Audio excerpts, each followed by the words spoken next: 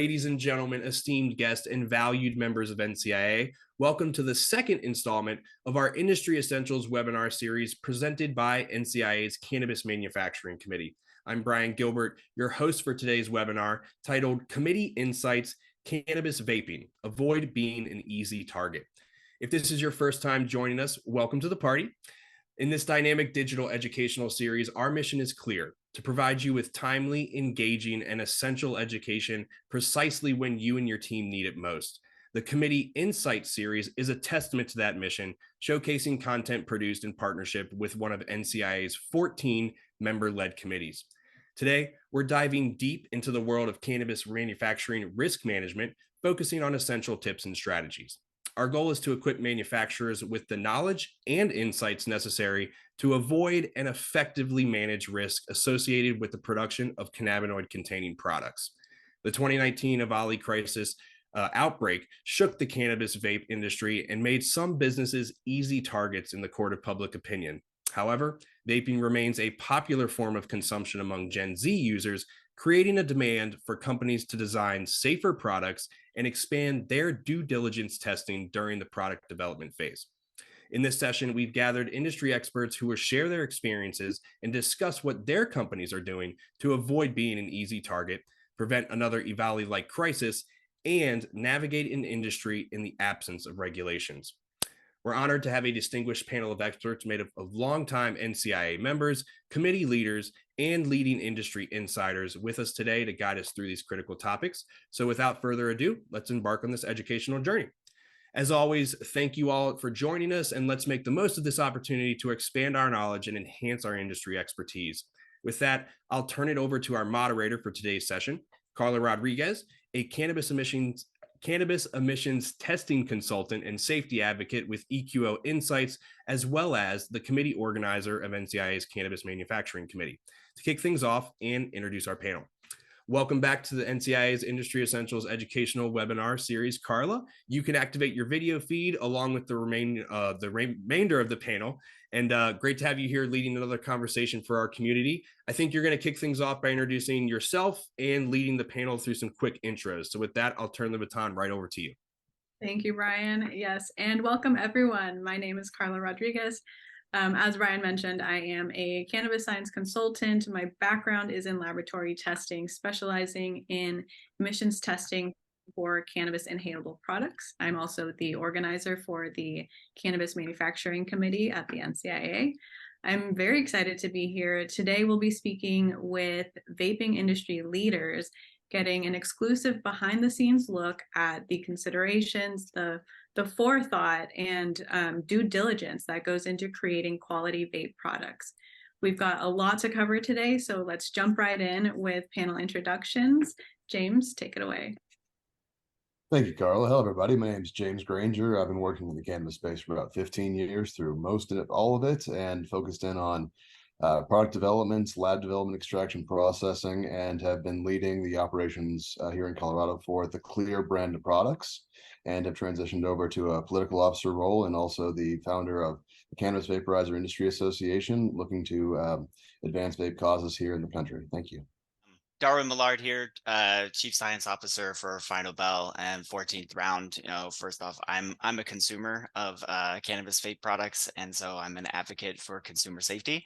And within my role as that Chief Science Officer, I also get the privilege of being able to serve on the Standards Development Committee with ASTM International, and serve as the chair for the D3708 on personal use cannabis devices and appliances, as well as vice chair of subcommittee D3704 on cannabis processing and handling. And I look forward to our discussion today. Thanks so much for having me.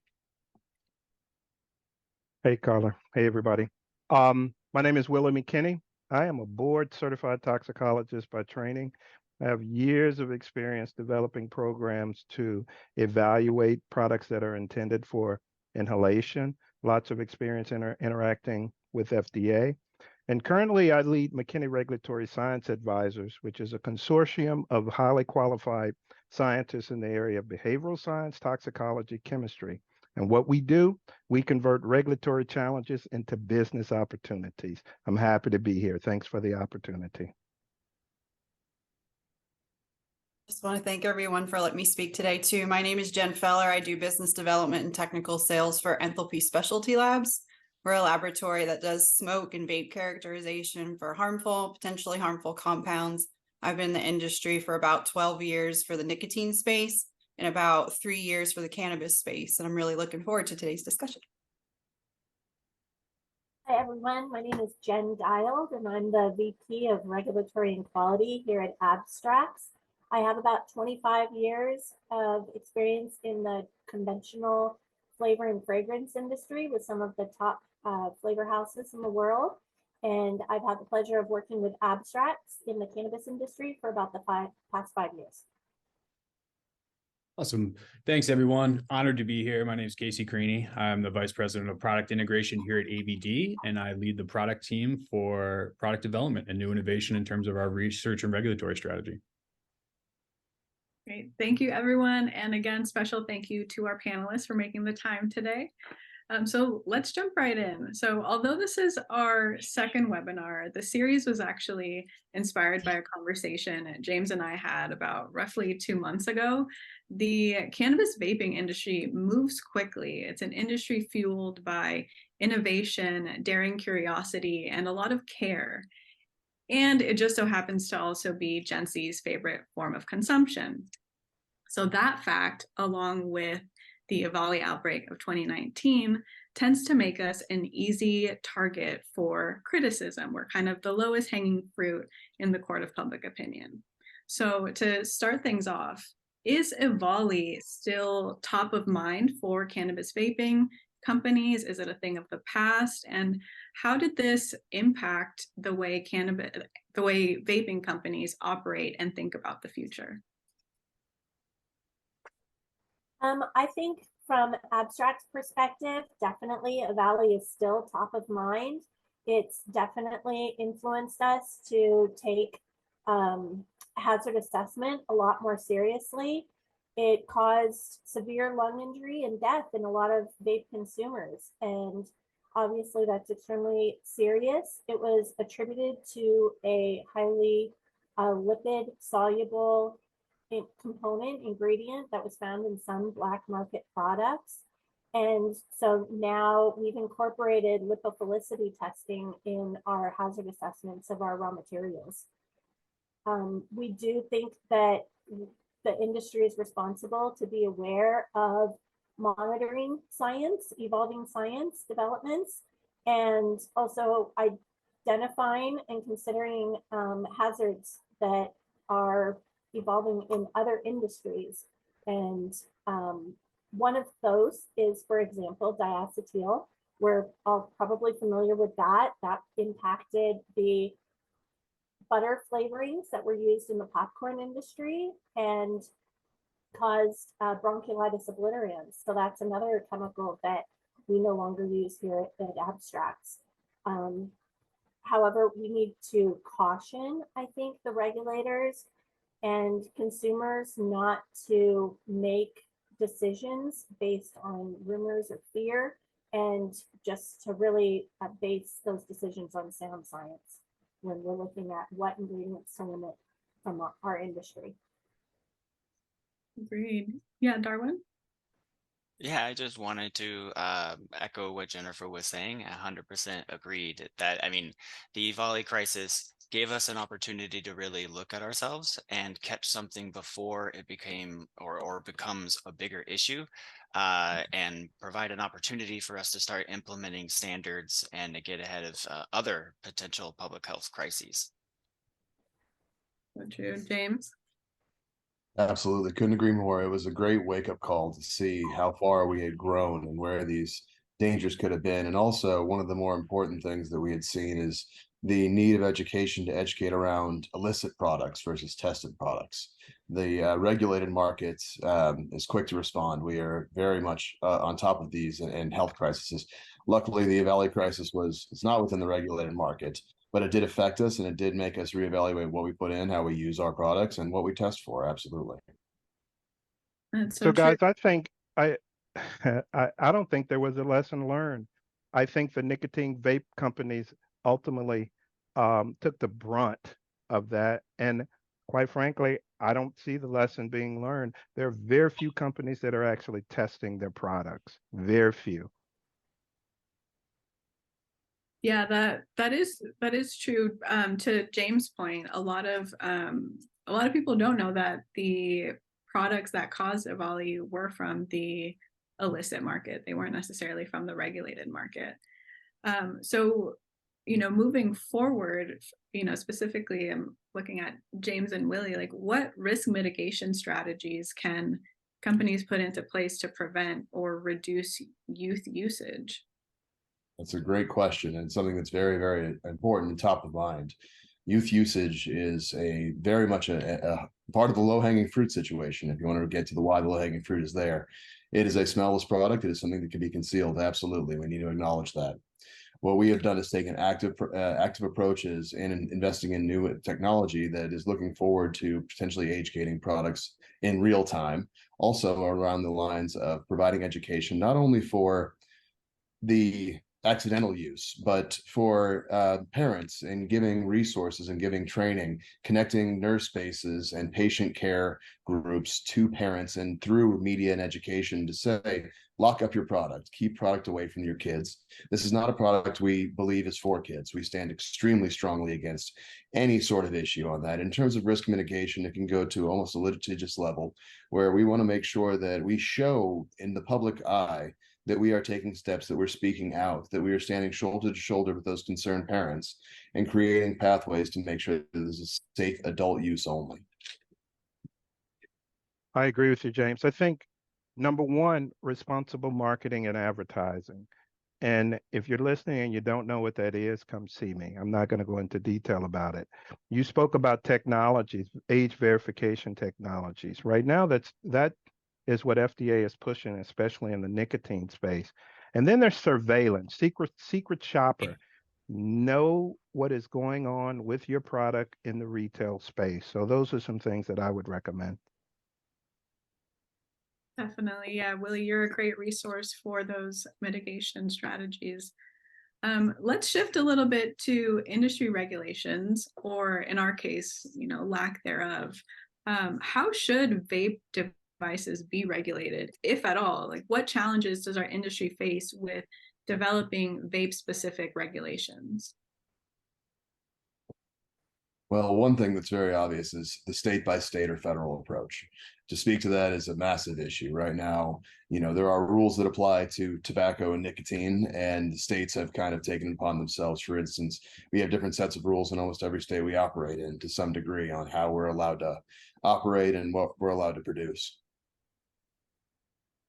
Yeah, tag on to that as well. I mean, I think user experience, right? The variance in the cannabis industry in terms of user experience is way different than the tobacco industry, for example, right? And I think that trying to account for that causes a number of complex problem solves that need to take place in order to maybe set those ranges, right? That we continue to discuss internally. So. Yeah, absolutely. And as a, so as a co-manufacturer, right, and we and hardware manufacturer, so we kind of have to deal with both of these things. I think the ways we can be regulated would be like what we can make, how we can make our devices, right, and what we can kind of put in them. And I think those have been, I think what we can put in them has been the regulations we've been starting to see, and how we can market them. So I agree with you guys. I think that FDA currently regulates products that are intended to be inhaled in the pharma space and the tobacco space. I suspect if you want to look at exactly how the cannabis products will be regulated, just take a look at those current regulations. And believe me, they're expensive and complicated. So that gets to the second part of your question, Carla, which is because these regulations are so expensive and complicated, most companies either don't have the money to begin to prepare, or quite frankly, they don't want to spend the money to begin to prepare. That's what I'm saying. Well, I just wanted to quickly respond to that. There's also ways we can actively participate in standards development, which can help influence the regulatory frameworks. I agree. Yeah. What other resources are available to companies that want to get involved, that, maybe they don't have all the funds, but they're saying, all right, I'm going to take one step forward to do the right thing? I think you were muted, Darwin. Yeah, sorry, I guess what individuals can do, I think, is to hire a toxicologist and have one on staff or on call that you can ask questions about. Sorry, I kind of caught up on that one, but yeah, hire a toxicologist or be ready to at least start evaluating things a little more seriously and leveraging tools that are out there that can help make conducting risk assessments and other things like that more easy or easier. Darwin, I wanted to say that so bad, but I said, no, I better not. It's a little self-serving, but thank you. I agree. Well, I'll even second it from Darwin on the manufacturing side that there are testing requirements that, of course, we have to hit, but then there's some that we can go above and beyond, and we take that step as well. And we encourage others to do that since we are on such a cutting edge of things. Let's reach above what is required of us and find what is right for the production of this industry. Yeah, I Okay. would second that statement. All right. So Jen Feller, you have a unique perspective here. You have a long history of working with and studying the nicotine vape industry through the emissions testing done at Enthalpy. And Casey touched on this earlier, but people are consuming cannabis vapes differently than nicotine vapes. And emissions testing for cannabis vapes is still very new in comparison to nicotine. But what are some insights device manufacturers or formulators can gain from testing the emissions of their final product or the emissions of something that's in development? I'll also hand it to Darwin afterwards because I think you might have some comments to add. But I would say high level, definitely you want to do product development on the device itself and the formulation. What we've seen before, if you get ahead of it, you can see what metals that might be coming out that you're not aware of. You can see the HPHCs, which is harmful, potentially harmful compounds. What happens when you dry puff, that's going to be really good to understand. Willie might be able to comment to this one, but if you have a device with different options, different settings, kind of think about that beforehand because, you know, if and when we get regulated, they're going to want you to take all of those into account. So maybe simpler is better. It just depends. And then just kind of think that when you're producing them on a mass scale, there's going to be variability. So really try to get it right as quickly as you can so that you're not stuck later on. And then as far as product formulation development, I think Jennifer hit the nail on the head with diacetyl popcorn lung. And then I think we've already mentioned you want to work with inhalation toxicologists. It's really important. And then just touching again on the youth access, seen time and time again. You know, maybe you want a generic name versus descriptive, maybe a GG4 versus Gorilla Glue Mango Party. And then the age gate technology is going to be huge. So Darwin, I don't know if you had more to add on emissions. Well, yeah, I mean, it's like, you know, hardware manufacturers and well, product manufacturers in general, right? It's kind of muddled water for me there, but emissions characterization can tell us a lot of information, like how well are we actually delivering our drug to an intended portion of the lungs, for instance. What is the particle size we're creating, and you know, where does that actually go? And are we trying to impart more flavor or, you know, drug product in the types of aerosols that we're creating? Which that's a significant amount of like complicated science that you can put in understanding what you're actually creating when you're trying to create, you know, drug delivery systems, right? But you can also characterize, of course, contaminants.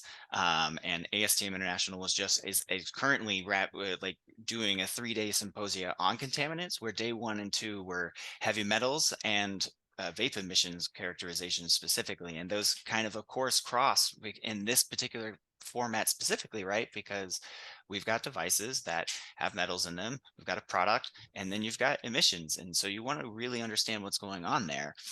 But we can also do more rudimentary analysis and understand, you know, just topography data. What does the puff profile look like? And actually use that for device optimization and creating a better user experience. Darwin, the only thing I would modify is not just drugs, but consumer products as well. And I think some of the things that you said apply. The one thing I say is put yourself in the shoes of the consumer, right? Or let's put ourselves in the shoes of plaintiffs' attorneys, and they ask you what's in your product and what is your product delivered to the consumer. I don't know is not a really good answer, right? So you as a manufacturer have a responsibility to know what you're delivering to the consumer. And that's what this testing can do for you.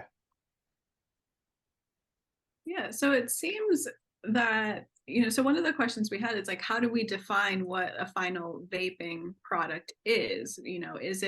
Are we looking at just the cartridge with the formulation inside, or are we also including the cartridge, formulation, and the battery, all three to make a system? It kind of sounds like we're all in agreement that it should be all three. Does anyone have anything to add to that? Yes. Thanks. Yeah, trying to find the unmute button.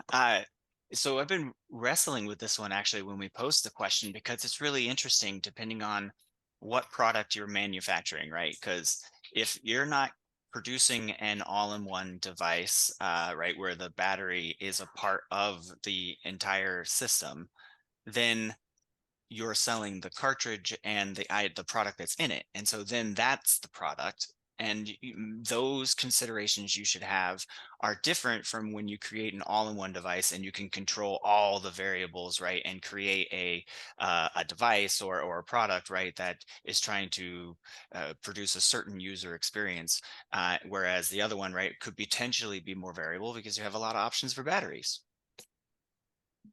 I think the definition of product here is what we maybe struggle with. As a manufacturer, if you just make a liquid, that's your product and you have a responsibility. But guess what? That's not the product to the consumer in my mind. The product to the consumer is the device and the liquid put together. And by the way, the one part of the product that can cause an acute damage is the battery. Batteries explode. So Casey, I'll let you talk a little bit about that. Yeah, absolutely. Some great points made there from Darwin and Willie. I'd say from the hardware manufacturing perspective, look, my opinion would be that it is the oil, the cart, and the battery, right? We're trying to control that experience. And if you leave, let's say, the battery itself to a mod battery that's exceeding 4 volts, 5 volts, you have that I said this earlier to Darwin, but you have that all gas, no brakes approach. And that, that's where think you really see the potential for some harmful degradation byproducts really being created there for the inhalation process. So, in my experience, in my opinion, from the manufacturing perspective, we usually stay within 2.6 to 3.5 volts, trying not to exceed 4 volts traditionally, right? For new consumers, often recommend a battery with a button because it allows you to kind of start low and ramp up as necessary. Even based on your hardware use experience, I'd still recommend scaling up method considering just the variance of carts and oils like we've been discussing here. Some interesting things coming into play in terms of the battery, in terms of modulation, right? And that's ensuring that you don't get straight voltage consistently to try and, mitigate some of the user experience. I think our carts specifically are designed to go with AVD batteries. And if you're going to take that cart that's formulated for success and place maybe, a subpar battery on it, you can't really control the user experience at the end of that. And again, tagging into the all-in-one conversation that Darwin brought up here, from a manufacturer's perspective, the all-in-ones are becoming more and more relevant in this conversation because, like you said, you can control the experience. You can control the intended experience from the top down, realistically. And I think, that's why 510 versus the all-in-one conversation is beginning to get more and more interesting because it's a user experience perspective, yes, but from the hardware manufacturer, I like the ability to be able to control that experience and make sure that those battery temperatures aren't going to exceed what the internal core was even meant for. Yeah, and the 510 threaded cartridges are the most popular or the most commonly used vape cartridges. And so, we're talking about the impact that voltage has. It's great to have control, but for people who don't have an all-in-one and will just mix and match their cartridges to whatever battery they have handy, would it be helpful to have cartridges maybe labeled with resistance to be able for the user to know what voltage setting to use to get a great experience? Absolutely. And Darwin, I know you got more to add into this as well, but it's that concept of resistance isn't always the easiest, in my opinion, to translate to an end consumer, right? So what's the best way to maybe control that? And I think, in my opinion, even though resistance is an important lever to acknowledge, it's really the output of the battery that I think is the more important of those two in the scenario. At least for, again, a user experience understanding perspective, trying to explain maybe how the resistance affects different viscosity oils. And, it's a much deeper conversation than just understanding maybe the battery voltage or output input into that situation. Yeah, actually thinking about that response, Casey, I like that, right? Because you could inform the user of the consumer of the resistance of the cartridge, right? But a really informed consumer needs to know then how to match that with their battery's voltage to get a desired temperature, et cetera, based on the input material of that, of that cartridge, right? Or what its intended use is for.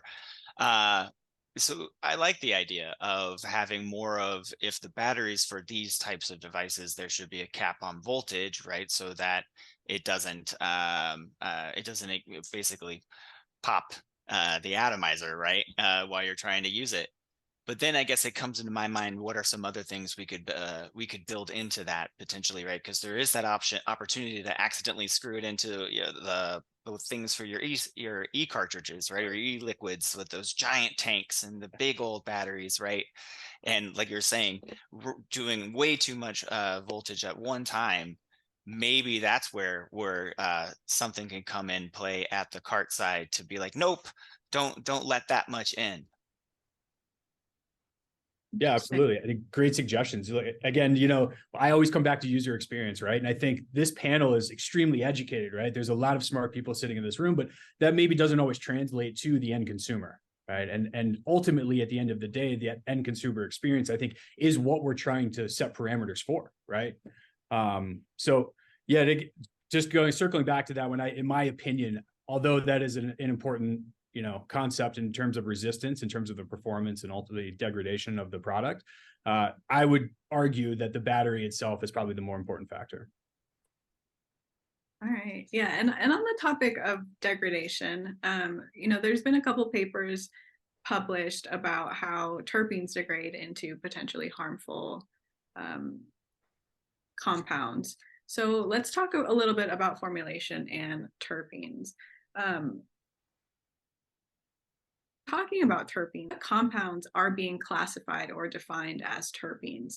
And are there any compounds that are incorrectly being categorized as such?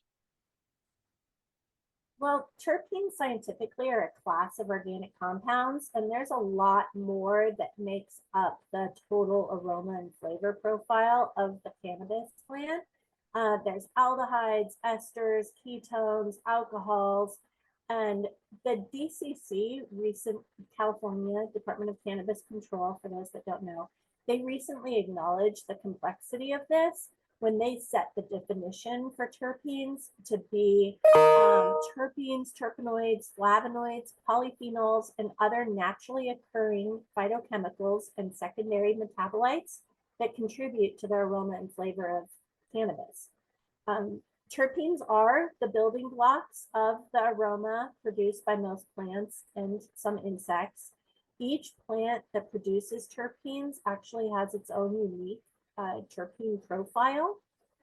And plants are made up of lots of terpenes, and it's the different ratios of these terpenes that create the unique scent and also potentially affect the experience of enjoying that plant.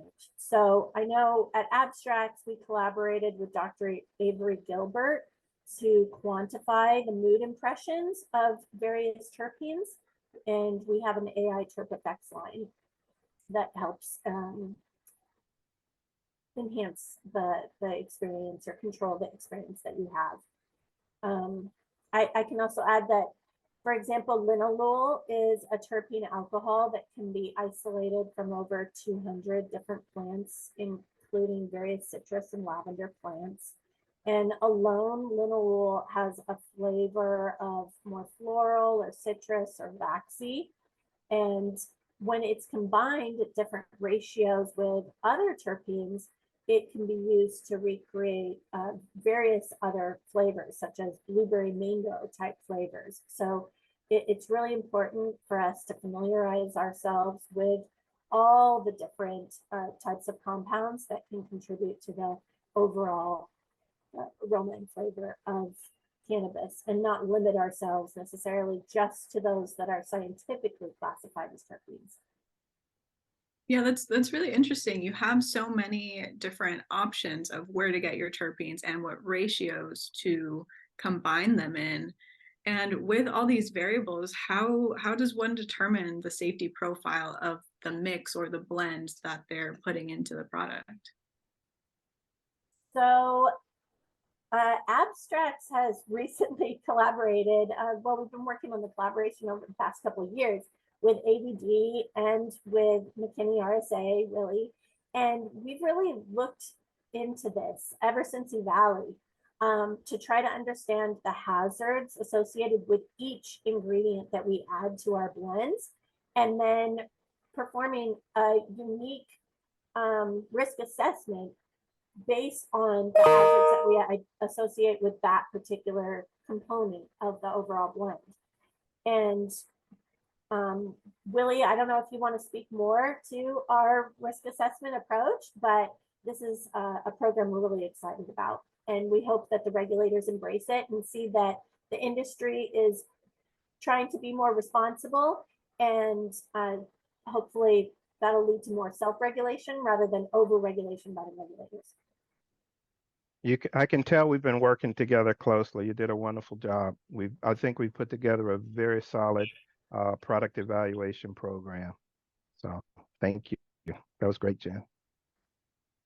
And so, oh, go ahead, Darwin. Sure. I just wanted to, I guess, kind of jump in there a little bit on how we can define some of those safety profiles, which is a really important question, right? Especially when there are so many potential non-cannabinoid ingredients that could be used in these cannabinoid-containing vape products. It's a new consumer product category, right? And I'm been having the pleasure of being able to work with Jennifer and Willie, along with several other major flavoring house manufacturers and 2 other hardware manufacturers and co-manufacturers within D37's 08 subcommittee on devices and appliances to help come up with some tools that can really help the industry figure this out, or potentially, more targeted users, more specific users of these documents, flavoring manufacturers, right? And those specifically being intended for inhalation, and then regulators, of course, so that they can review this information and could make informed decisions when coming up with newer regulations related to potentially these non-cannabinoid ingredients, right, that are intended for vaporization. So we have a lofty goal of creating at least 2 documents, which we hope will help the industry. One's a guide for conducting risk assessments on non-cannabinoid ingredients that are used in vape products, and another is a practice for how you would calculate a daily consumption limit for that non-cannabinoid ingredient used in those vape products. So those are tools that we're hoping to create, and that we will, as Jennifer was saying, will help provide mechanisms to demonstrate safety for the intended use of these non-cannabinoid ingredients. Hey, Carla, if I could just ask one thing. I could see that some people listening are in academia. One of the big gaps I see with the risk assessment, there's a hazard and then there's exposure. There's very limited data in terms of how people are actually using these products in the literature. So that's a gap that definitely needs to be filled. Just thought I'd throw that out. Yeah, no, I agree. And then that's kind of what we were talking about earlier too, is like there's a lot of data for nicotine devices because it's been around, or at least the testing of these devices has been around a lot longer than cannabis. So there is a huge need to understand how people are using these products, how often, like what is a normal dose, what is considered a normal puff, for example. Exactly. Yeah. Not Yeah. a Snoop Dogg puff, a normal puff, Right. There's a range. We have to figure out how wide that range is of usage. But I'm also curious on the panel's thoughts on bills that attempt to protect kids by banning flavorings without actually clearly defining, what natural flavors are from terpenes or unnatural synthetic flavors are. Obviously, we're super passionate about this, and we do not think that it's necessary to ban all flavors. We think that doing so will just probably push consumers into the black market that is not regulated and not as safe for those consumers. So it's important that we continue to allow the licensed cannabis manufacturers to use as many flavors as possible. Yes, don't market to children. We're in full support of that. Try not to use flavors that will particularly entice children, like bubblegum flavor potentially. But it shouldn't prevent us from enhancing a lot of the natural fruity profiles and other characteristics of the plant. There's more than just the traditional cannabis profiles that I might have been familiar with, 20 years ago. With all the genetics and different cultivars that are available now, there's a lot of exotic profiles out there. And our very own Dr. Ian Oswald recently presented at ACS. He's identified a lot of the minor non-terpenoid compounds that drive the aromatic differences in exotic cannabis profiles. So we can use that type of data to support the use of some of these fruity notes in flavors that will still not mask the aroma and flavor profile of a cannabis plant, just enhance it, because those notes are there in the cannabis plant. I'd like to just say that was an excellent breakdown of the belief that we share as well. In the end, we believe this is an adult use product in an adult use situation, and the right to consume the flavors that you want to consume as an adult, taking on the risk. Obviously, this is not an FDA approved substance, to have those rights to do that, and also to expand that flavor profile, enhancing the natural compounds, the cultivars coming from the product development side of things and from the agricultural side and extraction side. There are such amazing varieties of flavors that we want to bring to the consumer that exist in certain aspects of the plant or its life cycle or its development or cure that do need to be highlighted. And of course, responsible marketing, A1. We're not marketing this our lemon lime flavor. I hope that adults enjoy lemon lime Sprite. I enjoy those type of things as well, but it does enhance certain terpene profiles and allows us to develop new compounds. And the concept of regulation out of fear is a stiflant to development, to R&D, to finding new potential things that could develop the market. And of course, done with, and to second plug Darwin here, the work that ASTM D37 committee is doing is that exact work that we need to be doing. And I'm proud to be a voting member on that, and love what the development is. I'm very thankful to be in the room with these experts today on this. I'll be really quick, Carla. I just wanted to throw out, thought-provoking conversation here, right? There's a distinction between banning of flavors that appeal to children, like we were talking about bubblegum and stuff like that, and then banning outright flavored vape products, right? That those concepts are different, and we should make those distinctions, right? And help inform and educate regulators how those are important to keep in mind. Yeah, and I'm wondering if James and Jennifer could touch on maybe some examples that you've seen in different states. What approaches states take to try to regulate the terpenes and the flavors and additives? Oh, it runs the gamut, doesn't it, Jennifer? I mean, we're looking from the coast to coast. The wording matters in these regulatory things. Sometimes the structures of the words they're writing in allow for certain things and other things not. For example, some states require all of the flavorants, all of the terpenoids or the compounds to be found in cannabis as well. There's some that go into, we're going to ban these, but if you change the name, essentially it's fine to add a strain name with it. It's really complicated, where some states are, simply run the correct test to make sure you know what's in there. And you know, and here in Colorado, especially where I sit, there is a concentrated push, and I'm sure Carly can speak to this too, of requiring emissions testing on all products.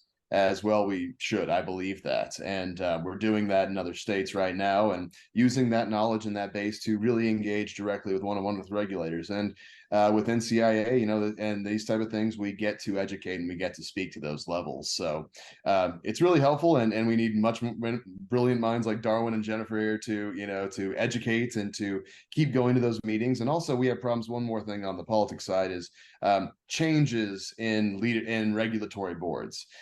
These new states start off and they have a group of people that have learned, and they get to there, and then they're all replaced under the new administration, and we'll go back to re-education. It's an uphill battle, to say the least. Yeah, a problem that I run into, in addition to what you already highlighted, James, so thank you for that, is the controversy over natural versus synthetic flavors and trying to limit flavors to just naturally derived. That really frustrates me because I really don't think there's any scientific support for natural botanical ingredients being any safer than synthetic. Most often, limiting naturally derived is, from my perspective, the same as limiting synthetically derived. So that's frustrating to me in California and Nevada and New York and some other states. Another thing that's frustrating to me is when states reference the FDA IID, inactive ingredients database, as a source for flavors that should be permitted in cannabis products, because there are very few ingredients and terpenes included and flavors identified in the FDA IID. It's really not intended for that purpose, to be a database of safe ingredients for inhalation. It's just ingredients and flavors that happen to be incidental in these drug products that are already commercialized, which cannabis products are not widely commercialized at the federal level. So there's not going to be a lot of the ingredients we use in that FDA IID database. So that's frustrating to me. Another thing that's frustrating to me is when the regulators try to limit us to ingredients that are cannabis derived versus derived from other botanical sources. Because if we limited ourselves to cannabis derived ingredients, first, we would have trouble shipping them across state lines or international lines. Secondly, it would be much more expensive. If you take D-limonene, for example, we can get D-limonene at extremely high levels from citrus plants at a high purity and very inexpensively. But if we tried to get D-limonene from cannabis plants, it would be a lot more costly. So again, this is going to probably push consumers into the black market, because you are going to increase the cost of the licensed products, and you're doing nothing to black market products. So, Hey, Jen, I'd like to build on that. You know, I think the term natural has a different meaning from toxicologists.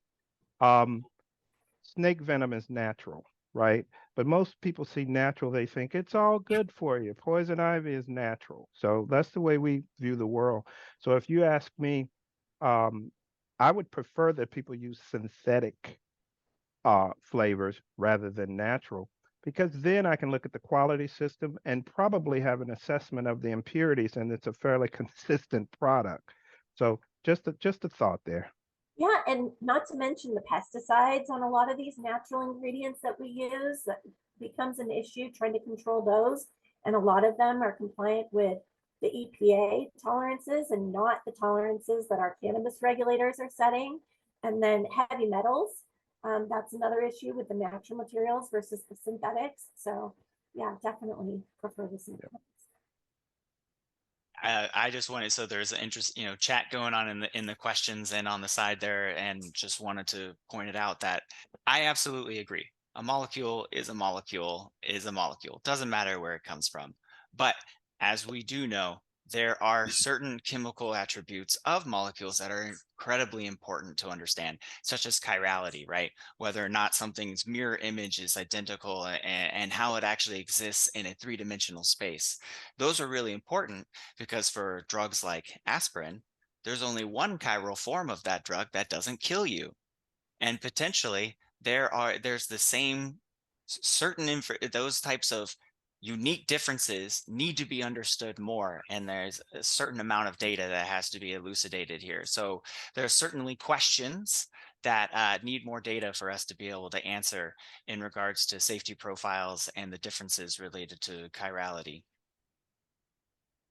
Yeah, I've heard something similar too about, I'm pretty sure it was linalool, like R versus S, like they have different effects on the consumer. One, and I could have that wrong, it could be a different terpene, but depending on the chirality, you get a different effect. It's either going to be more energetic or you're going to feel a little more sedated. So that is a good point. And, I think a lot of people shy away from the word synthetics. They don't want it. But to Willie's point, like you do get more control when things are made in a lab. Speaking of labs, and I'm mindful of the time now. So, we've been talking a little bit about emissions testing. And so to Jen and to Willie, like what are conversations that brands should be having with their testing labs to ensure that their products are getting tested accurately? And like what are some of those questions? I think it's important to be careful with what you share until you have an NDA in place, but the more info you can share with your testing lab, the better the results are going to be. You also want to ask what kind of demonstrated experience they have, what kind of quality system are they using. Experience would be like kind of smoking machines are they using, how many devices and vapes they've tested. I think we touched on this before, but how many puffs can you expect? Like what's your yield? The more we know about that, the better we can test. And then another thing that's kind of common is the replicates. If we're going to get regulated, we're going to need to look at stuff repeatedly. We're going to need to look at more than just one at a time. So how consistent is it? I guess Willie can chime in on that. But the most important for us is for you to tell us what the intent is. Because if we know this is just for R&D or product development, or if it's for regulatory submission or like for investor data, that can really help us like sit down and have a conversation about what exactly we need to map out for a testing plan. My answer is going to be a bit snarky. I don't think the brands should speak to the labs unless they have an expert that has a knowledge enough to speak to a lab. That's the first thing, right? I think that people should seek a consultant or something like that that has the expertise to ask the right questions. Now, if you force me to answer the question, I think everything Jen said is correct. I would ask about accreditation, the lab's accreditation, then go verify. I would ask about method validation, then go verify. So those are two huge questions that I would ask. Ask for a tour, always. If you're going to be investing a lot of money in lab testing, go and look at the lab. They'll tell you a lot. And to those points, as a big co-manufacturer, and we have to work with a lot of labs because some of our clients want to test their products through different labs. We unfortunately have to deal with the reality of the world.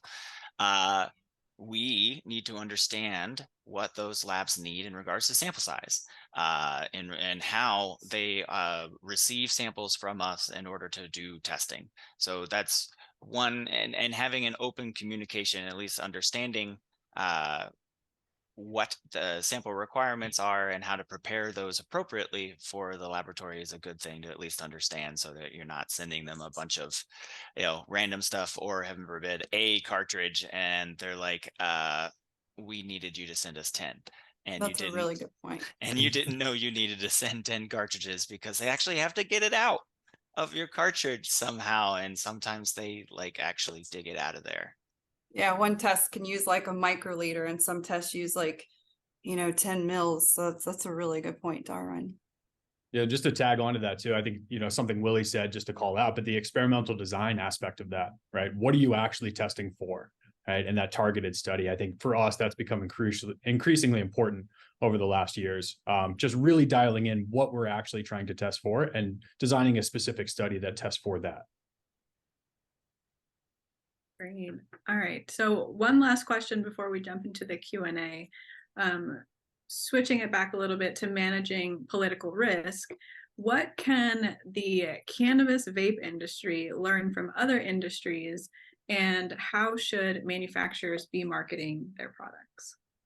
Well, I can jump in to start with this and then kick it over to Willie, but boy, do we pay attention to those Juul lawsuits. Do we pay, we've been keeping a close eye on that, and, showing due diligence, showing active work against youth prevention and against bad marketing practices, things like that have been paramount for us, and documenting that and going above and beyond and working again, almost with people who are prohibitionist in nature entirely, to say, like we were mentioning earlier, we don't want your kids doing this either. And you need to make that very clear, very upfront, and stick by your word. The one thing, Willie, I think that you said, and I really agreed with it, was one thing we do is we vet our businesses we sell to very carefully. We will not be selling to those who don't meet our standards, who don't, stand up for what we believe in. And also education around that as well, making sure that those bud tenders are carrying that as well, all the way down to the sale point. That's been the most important for us. Carla, do you want me to say a word or two, or? Yeah, definitely. Go for it. Going from not being regulated to regulated has been difficult for every industry. And what people don't realize when you look at the history, moral panic has been a key driver, right? If you look at the 1906 Pure Food and Drug Act, there were people, companies that were putting spoiled food into the marketplace. So this act was proposed, but guess what? It passed because of Sinclair Upton's book, The Jungle, right? And then if you look at the Food, Drug, and Cosmetic Act, it was difficult being passed because you wanted to bring drugs into that, right? That passed because of a company in Tennessee that came up with a wonder drug that was basically antifreeze and killed kids and hundreds of people, right? So I hope we don't have a moral panic, because FDA is going to, Congress is going to come in like a wave, and we're not going to like what's going to happen. But if you look at the history, all of these companies have struggled. They've sued, they've won some, and then government comes back. But ultimately, it settles out. But it's a very rocky journey. So I think we're in for a very rocky journey. Yeah, I would just want to add that, while we still have the opportunity to market, public perception, public opinion is the truth, whether it actually is or not. It just is. So we need to be really careful with misinformation and getting ahead of it. All right. Agreed. So, and actually that kind of leads to the first question from the Q&A. Glenn is asking, if terpenes are not approved for inhalation by the FDA, how safe is it to create concoctions? Seems risky. What are your thoughts? Well, that's a really good point. I think there is a gap in knowledge about the inhalation toxicity of a lot of these ingredients, but that's what we're trying to address with the toxicology program that we've designed with Willie and ABD. So we've modeled it after programs that are already in existence that the regulators have already adopted, like the FEMA GRAS program and the review that they conduct on these ingredients when they're looking at materials for ingestion or topical use. And then we've also modeled it after the PMTA, that the expectations that the FDA has for the tobacco industry on the ingredients that they use in their tobacco products. So we are definitely trying to address the gap in knowledge about these ingredients, and that's part of the hazard assessment. Before we use these ingredients in our blends, we do look at all the available scientific data that's out there. We do an expansive literature review, and we identify those hazards, and we see if we can extrapolate from the data that's already there what safe levels might be for inhalation use. And if we want to use those ingredients at higher levels, then we conduct more studies, and it's extremely expensive. And we're very thankful that we have the expertise and experience of Willie and ABD to help us identify the right studies that we need to conduct to address these gaps. Darwin, did you have something to add? No, I changed my mind. I'd love to get more of an opportunity to field questions from our audience. All right, one question just came in. Moving far ahead, what will change in lab procedures when interstate products occur? So I think that means when we can ship across state lines. So I do work with setting up trigger laws. That's one of my specialties here as well. One of the things that's noted in all the trigger laws and all the requirements is mainly a trigger law allows governors to enter into agreements with other states, gives them the authority to do so. And one of the most common on all of the existing trigger laws in California, Washington, Oregon is that it meets state testing standards. Now, when it goes federal, that's a different bag there. Yeah, I would just say that. Sorry, my apologies, Jennifer. Hopefully, right? Cross fingers, we can get ahead of things with the standards development process that we're doing through ASTM International. We'll have some standard test methods and sample preparation practices and all of these things that are really necessary to help take away the I guess unease or uncertainty that the market seems to have with data that comes from labs in the market, where it's not the lab's fault. You know, for the most part, these labs are doing great testing, right? They're for the most part reputable. What's going on, right, is we have market perceptions and the need for high THC numbers that are driven from the bottom up. That's what the consumer wants. So having standardized test methods across the board, we're all using the same thing, same columns, same liquid phase, same prep, same well-trained personnel with an accredited lab producing good data, whatever that means. Then theoretically, I think that'll be the biggest change is consumers no longer, or, you know, anyway, just trust in the numbers. That'll be the biggest change.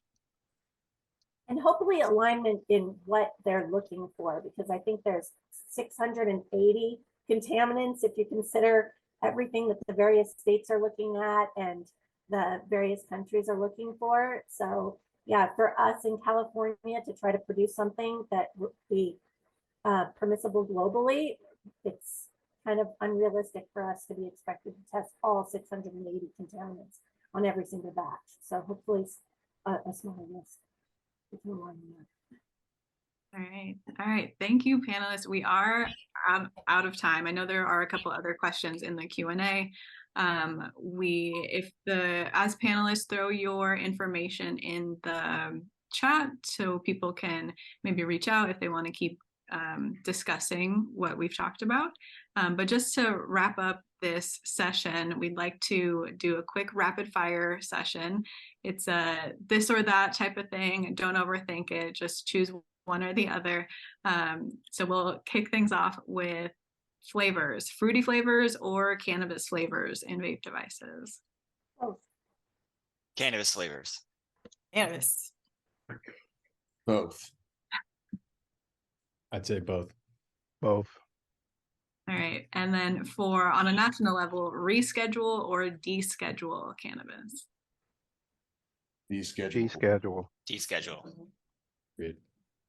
All right. And then hardware, 510s or all-in-ones? Both. All in one. Environmentally 510, but all in one, I guess, too. I like both. I'm going to say both as well. That's a good point. There is an environmental factor there. All right. Smart battery or a smart cartridge? Both. Both. Kind of both. Yeah, they help protect the consumer. Exactly. All right. On vape testing, should we be looking at vapor topography or emissions characterization? Emissions. Both. Oh, Both. Like a lot of these. To do a risk assessment, you need both. All right. For cartridges, ceramic core or medical grade stainless steel?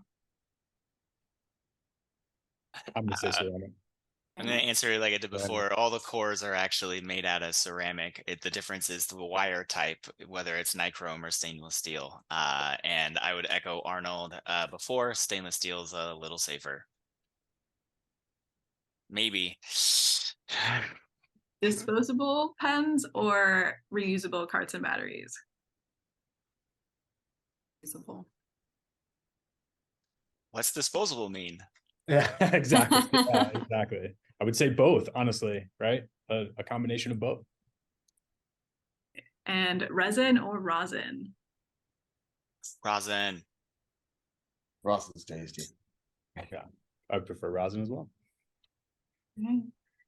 And our last one, East Coast cannabis scene or West Coast cannabis scene? Colorado Central, we take it all. Yeah. Colorado's like on the very West Coast.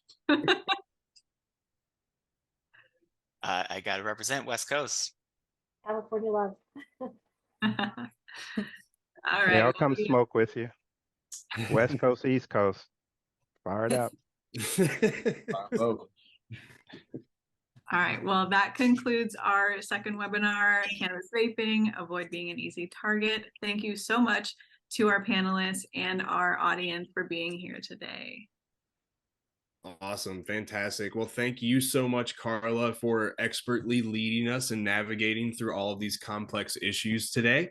Thank you to all of our audience members for participating. As always, while we still got the majority of you all here in the room, we'd love your all's immediate responses, giving us some initial feedback and some interest on where we can take this for future episodes inside of that outro poll. So stick around for a few minutes while we give you a clue in on some upcoming NCIA activities that we'd love your participation in. Drop your contact information in the chat room and continue to engage with the panelists while we close out today's episode. As I mentioned at the top of the call, please do consider joining us for episode 3 of this vape-related industry essentials webinar series, all presented by NCIA's Cannabis Manufacturing Committee.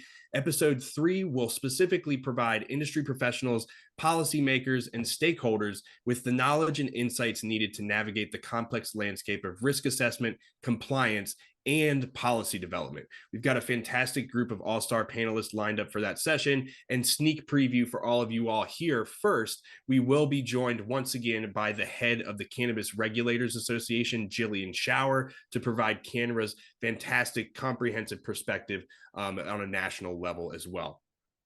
And then additionally, I hope all of you all were able to join us for the premiere of last month's new Policy Matters webinar series. For the October edition of this new Illuminating series, we'll delve into the intricacies of cannabis policy from 2 critical angles. For this month's episode, we're shifting the spotlight to the thriving adult use marketplace in Maine, featuring a special guest, John Hudak, the director of the Office of Cannabis Policy at the Maine Department of Administrative and Financial Services. You'll be able to discover the unique dynamics of Maine's cannabis industry, from its regulatory framework to market trends and the challenges faced by industry stakeholders. And then we'll also explore the policy implications of descheduling or rescheduling cannabis, a topic that has gained vast momentum following President Biden's directive to review its federal classification earlier this fall. And then if you still haven't done so yet, please do mark your calendars for our preeminent advocacy-focused event taking place next spring. Our annual Cannabis Industry Lobby Days is the best way for you to link into NCIA's federal advocacy efforts in person as a citizen lobbyist. If you've never been a lobbyist before, don't worry. We have tons of training online and both in person that will take place in conjunction with this event. In order to attend, you do have to be an active NCIA member. So do consider joining the association following today's program if you're one of the, I think about 40% of the audience that indicated at the top of the call you were not currently an NCIA member. We do have deals running through the end of the month for annual packages surrounding our annual lobby days. So please do contact us for more information. And a huge shout out and thank you to the 30 or so member businesses that have already signed up to support this amazing event, including the National Association of Cannabis Accounting and Tax Professionals and Vertosa, who are our gold sponsors for next year's edition. And then additionally, if in case you missed the announcement earlier this month as well, do mark your calendars for NCIA's Stakeholder Summit series, a new educational event focused on regional and federal interest as they converge for a transformative dialogue in the cannabis industry. We're proud to present these unparalleled gatherings that will bring together elected officials, local regulators, industry leaders, and regional advocacy groups to foster collaboration and drive positive change in the cannabis landscape. We already have a number of sponsors secured for this event, including a therapeutic alternative and Dope CFO certified advisors. Similar to Lobby Days, if you are wanting to sign on and support these amazing events that will be taking place leading up to and into our annual Lobby Days next year, reach out to anyone on our team following today's call, or you can email sponsorships@thecannabisindustry.org at any time. And then additionally, if you are the other half of the audience that are currently an active member of the association, we definitely want you all to make sure that you maximize your membership. In order to do so, we do host recurring member orientation training sessions each month, I think the third week of every month, with this month's edition taking place next Wednesday at 1 p.m. Mountain Time. Our membership director, Brenda Ristea, does an amazing job of walking you all through all of the various benefits that are provided to you all, provides you detailed instructions on how to log into some of our data analytics platforms, as well as our community hub to register for upcoming events and get your company exposure on our member directory. All right, and that'll do for this episode. I hope you all found today's webinar as engaging and informative as we intended it to be. We delve deep into the world of cannabis manufacturing risk management, providing you with essential tips and strategies to help manufacturers avoid and effectively manage risk associated with cannabinoid-containing products. If one thing is clear following today's conversation, it's that understanding risk assessment, due diligence protocols, and best practices is crucial for the industry's ongoing success. The 2019 EVALI outbreak was indeed a turning point for the cannabis vape industry, but today we've explored how businesses are actively working to avoid becoming an easy target and how they're shaping a safer and more responsible future. I want to thank all of our distinguished panelists for sharing their expertise. Thank you, Carla, for leading the conversation. Thank you, James, Darwin, Jennifer, Willie, Jennifer too, and Casey Creaney from Advanced Vapor Devices. As well as all of our valued audience members for your active participation. Thank you so much for engaging with the chat room and the Q&A board. Remember, knowledge is power, and it's through these webinars that we can collectively elevate our industry. If you found today's webinar valuable and are interested in more educational content and networking opportunities, consider becoming a member of the National Cannabis Industry Association. You can do so by heading to our website at any time. Your support helps us to continue to provide timely, engaging, and essential education. If you're interested in sponsoring future webinars and gaining visibility across our educational programming, please reach out to us at any time as well. A huge thank you once again to the member businesses that are essential in driving our organization's missions forward. As always, we'll leave you all with this end of event credit sequence highlighting the nearly 50 member businesses which joined us today and are taking the additional step to support continued reform by sponsoring our upcoming in-person activities in early 2024. We look forward to having you join us for future webinars. Don't forget, episode 3 takes place on the 24th of this month. Until then, stay inspired, stay informed, and keep driving progress in the ever-evolving world of cannabis. Thank you, and have a wonderful day.